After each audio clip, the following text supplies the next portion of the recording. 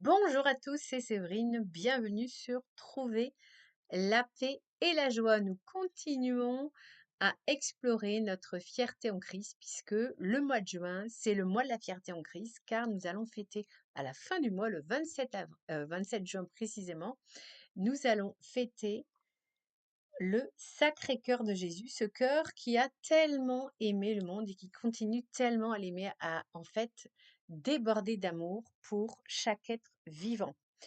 Aujourd'hui, nous allons aborder un thème vraiment important, la chasteté et l'abstinence. Alors déjà, je vais préciser ce que c'est la chasteté et l'abstinence. La chasteté, c'est en fait une sexualité qui est raisonnée, c'est-à-dire qui est fait évidemment dans le respect de l'autre, de son partenaire, un partenaire envers qui on a un engagement profond. Évidemment, pour nous les chrétiens, cela passe par le mariage. Et donc la chasteté, c'est ça, c'est une sexualité qui est maîtrisée, où on ne se laisse pas aller à ses instincts de manière débridée, où l'autre n'est pas vu comme un objet de plaisir, mais en fait c'est une personne qu'on aime avant tout. Et pour lui exprimer l'amour, cela peut passer par différentes euh, façons, et notamment par la sexualité, encore une fois, toujours dans le contrôle et dans le respect de l'autre. Alors, qu'est-ce que c'est que l'abstinence?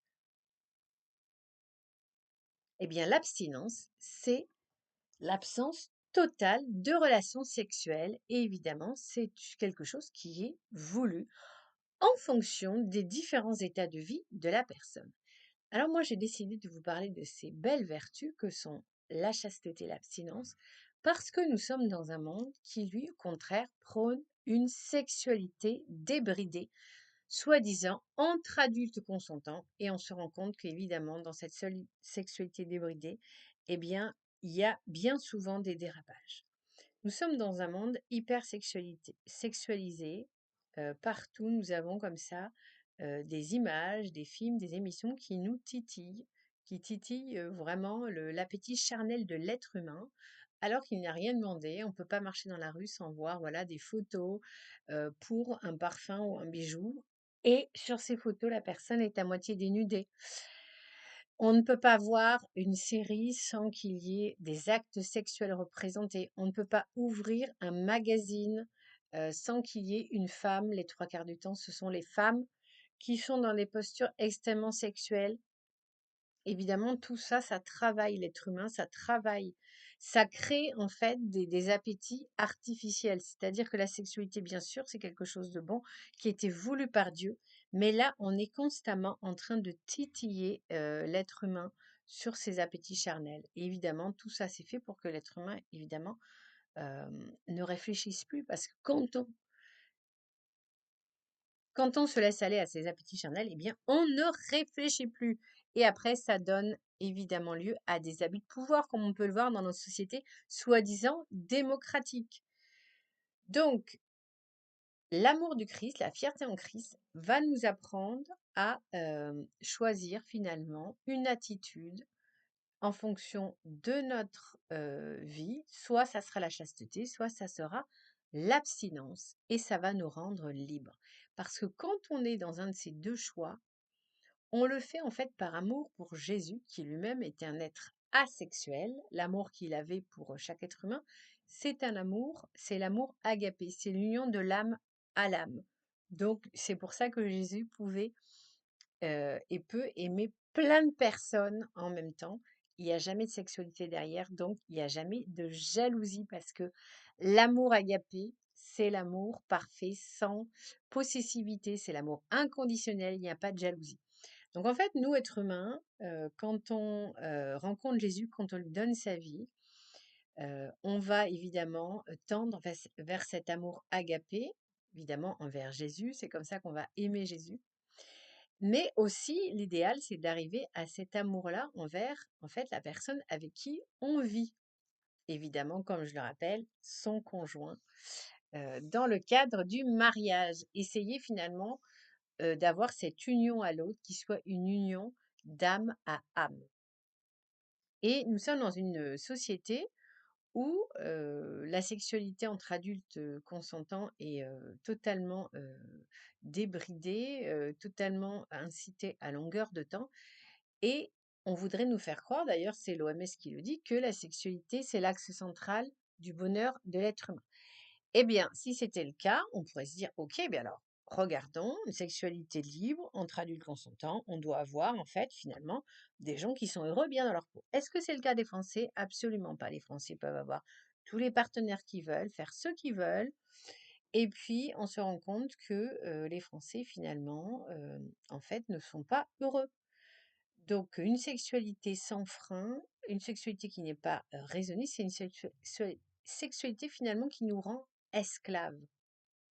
La sexualité doit toujours être connectée à l'amour. Donc, en fait, il y a un personnage qui peut nous aider justement, c'est le personnage de Marie-Madeleine, qui a réellement existé, en tout cas nous le croyons chrétiens. Et Marie-Madeleine, avant de rencontrer Jésus, de l'aimer d'un amour pur, était en fait une femme de mauvaise vie. Alors, contrairement à ce qu'on pouvait croire, c'était pas du tout une prostituée qui était obligée de se prostituer pour gagner sa vie. Non, ce n'était pas ça. C'était une femme de la haute société palestinienne.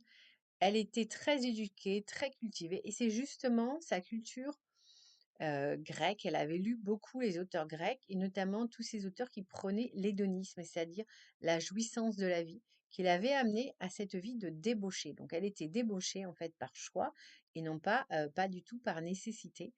Et elle était tellement tombée dans la débauche qu'elle était totalement addicte. Elle avait 7 démons, et quand elle a voulu, vraiment revenir à une vie, pure, une vie d'abstinence, puisque c'est ce qu'elle va choisir elle, c'est l'abstinence, c'est-à-dire la cessation totale de toute relation sexuelle.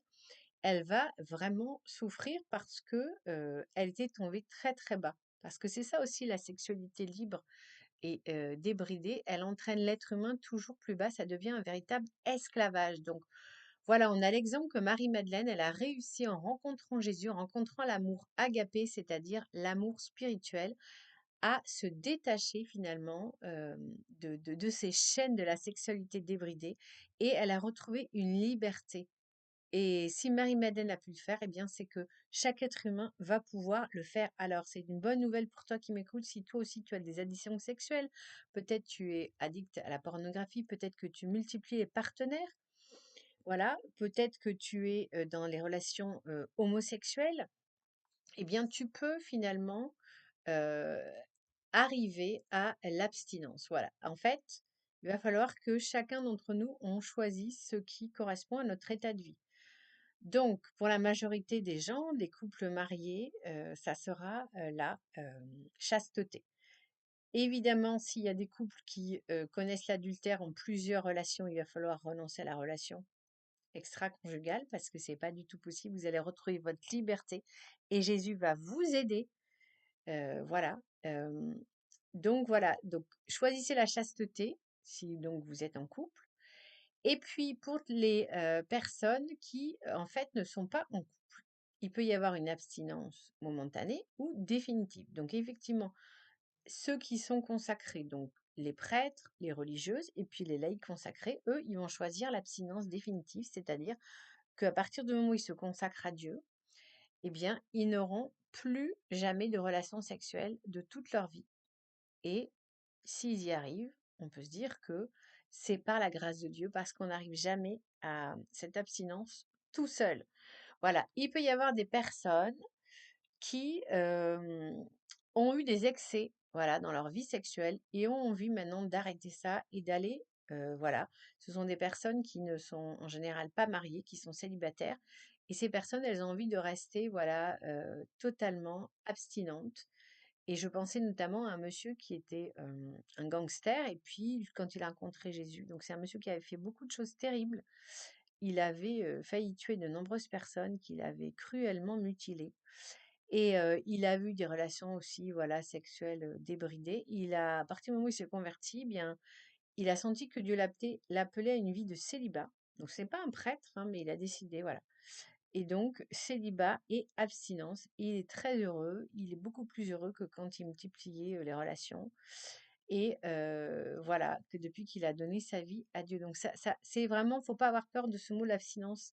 peut-être une libération. En tout cas, autre exemple d'un monsieur, je vous mettrai le lien, qui a témoigné sur Inis, qui était donc homosexuel, qui a une vie débridée, multiplié les aventures. Donc, il avait tous les jours un partenaire différent. Et puis, il a rencontré Jésus. Jésus était très patient avec lui, comme quoi il faut croire que Jésus est patient. Il sait que pour certaines personnes, l'abstinence, ça va prendre du temps, mais Jésus est patient. Et ça lui a pris des années. Et finalement, il a rencontré un homme et pour qui il avait des sentiments, mais il a été touché par la grâce. C'est-à-dire qu'il a dit à cet homme: OK, je veux bien vivre avec toi, mais ça sera comme des frères et nous n'aurons jamais de relation sexuelle. Est-ce que tu es d'accord? Et cet homme, c'est quelqu'un qui avait énormément souffert, a été d'accord.